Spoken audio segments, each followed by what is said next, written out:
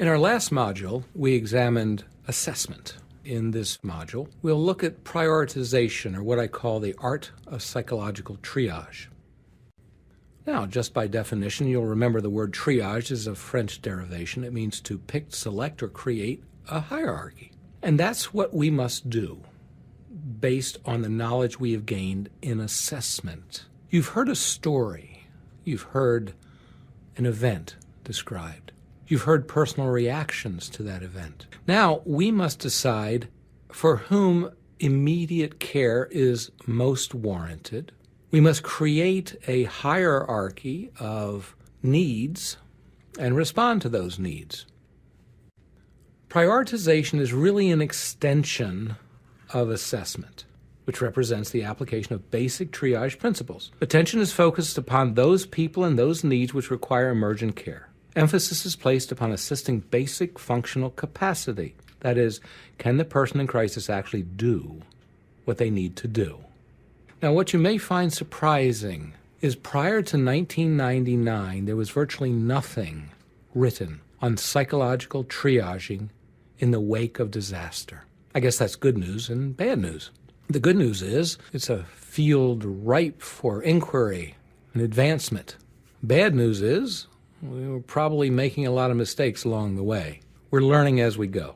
But let's start with some basic principles that I think are pretty bedrock. We're going to go to the work of a guy by the name of Abraham Maslow. Dr. Maslow was a clinical psychologist writing his seminal papers in the 1940s. And according to Maslow, he said people have needs. There's a hierarchy of needs. Meet basic medical and physical needs first. When in doubt, assume that a complaint is medical and have it assessed. You will see on one of the slides in this section a pyramid, and you'll see that it represents Maslow's hierarchy, and starting at the bottom are physical needs. Basic medical physical needs. Meet them first. Then it says, move to safety. Now here is the conundrum. Maslow's work didn't really take into consideration disasters, or wars for that matter. And what we have seen is a need to adjust Maslow's hierarchy just a bit. Because what we find is that once physical needs have been satisfied, to a rudimentary level at least, people will often leapfrog to the third level, which is affection, affiliation, acceptance, and support. And what that really means is seeking interpersonal support from friends, families, coworkers, and community aid services in order to achieve the second level. Now, according to Maslow's early writings, you must ascend the hierarchical ladder step by step. There is no such thing as skipping steps. But the field of disaster mental health has taught us that clearly that is not only possible, but an inclination that people have. Stop and think about it a minute. When you're afraid, what do? You seek out the support of others. So when you're feeling unsafe, you go from physical needs to the support, interpersonal support needs in order to feel safe. Why do kids in high crime areas join gangs? It's not because they have a desire to commit crimes. It is oftentimes to feel safe. This may sound a little silly, but when you sent your son or daughter away to college, perhaps, and they insisted on joining a sorority or fraternity, and you thought it was all about the partying. Well, sometimes it is, but sometimes being away from home, strange environment, large school, you don't know anybody. What do? You seek out a subset, a group of people who will learn to understand you and learn to support you. So we take into consideration Maslow's hierarchy of needs when we formulate our intervention plans, and medical and basic physical needs always come first. But now it gets harder.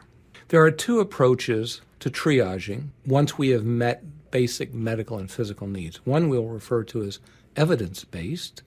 The other we will refer to as risk-based. It's important to understand these are not mutually exclusive. Rather, you should be cognizant of both approaches, both perspectives. They serve as lenses or filters, if you will. The evidence-based triage approach, we focus on what has sometimes been called the acute crisis triad. The evidence-based triage approach, we are looking for evidence of diminished cognitive capacity in survivors. We are looking for those people who are compromised in their ability to exercise prudent insight, memory, and problem solving, but most importantly, a diminished ability to understand the consequences of one's actions.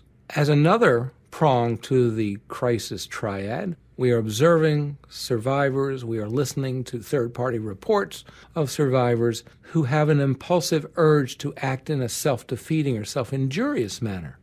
We are looking for a loss of a future orientation, feelings of helplessness or hopelessness, utter despair, perhaps. And lastly, we are looking for diminished functional capacity in the sense of an inability to perform the necessary functions of living.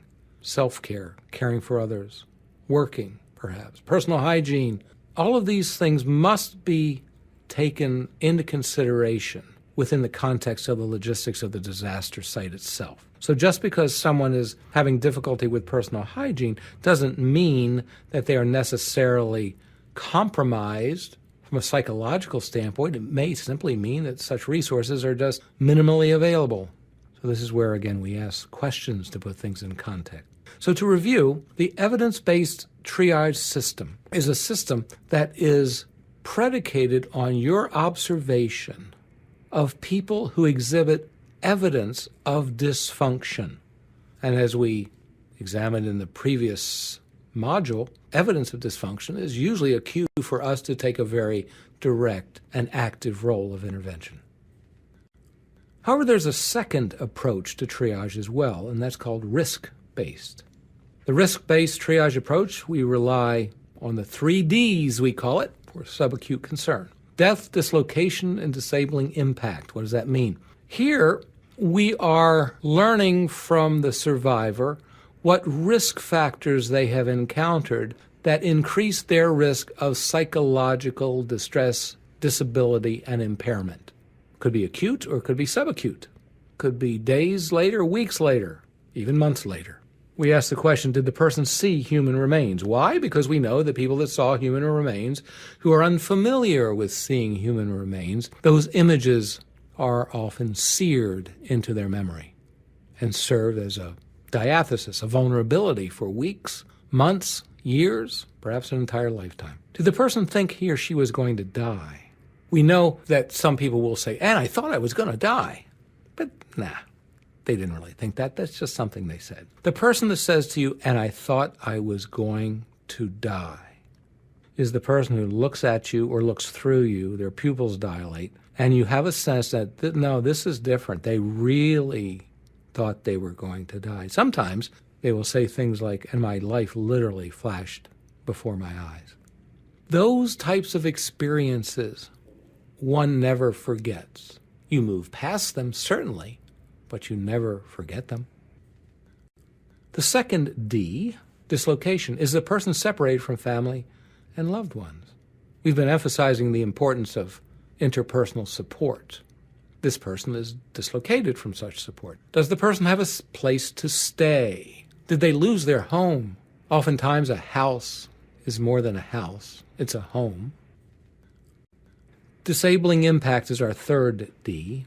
Was the person physically injured in such a manner that required immediate medical care?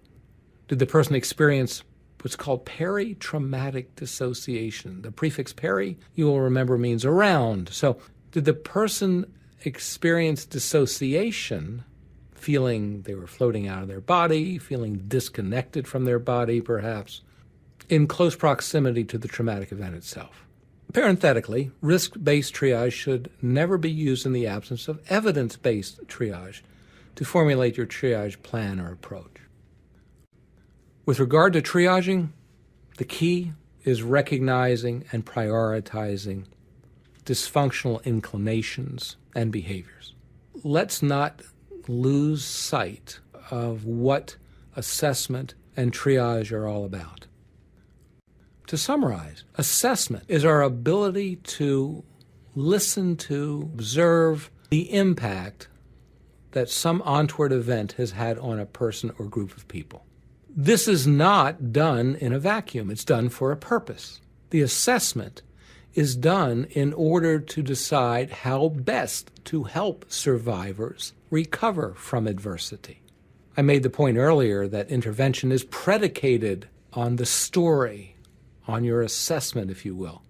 I've been doing this work for 40 years. I don't know that I've ever done two interventions exactly the same. Why? No two people are ever alike, and no two situations are ever alike. And even though two people may be in the same situation, they may have experienced that situation very differently. So I must listen. I must gain rapport. I must listen. I must assess. And once I've assessed, I take it to the next level of prioritization, triaging, if you will, and I create an order, a hierarchy. I must decide when burdened with limited resources, I must decide to whom I will focus or for whom I will focus our resources, and in an order, if you will. In some instances, you'll have more than enough resources. The concept of triage is less important there, but the two approaches to triage remain important: the evidence-based and the risk-based approach. We know, for example, that the effects of disasters linger months and years. Some people will even define themselves, who they are going forward in life. As a survivor, you've certainly seen T-shirts, I survived X, Y, and Z. I survived the Great Flood. I survived the tsunami. And most of those T-shirts are just offered as a remembrance. Some people take those words and internalize them, and that's who they are from that day on. Sometimes it's uplifting. Sometimes it keeps them in the role of a victim rather than a survivor. Those are the subtle aspects of triaging. Our criteria for evidence and risk-based triaging, again, offered as a not comprehensive list, but basically a framework, a heuristic, to view your job of determining who should I attend to first.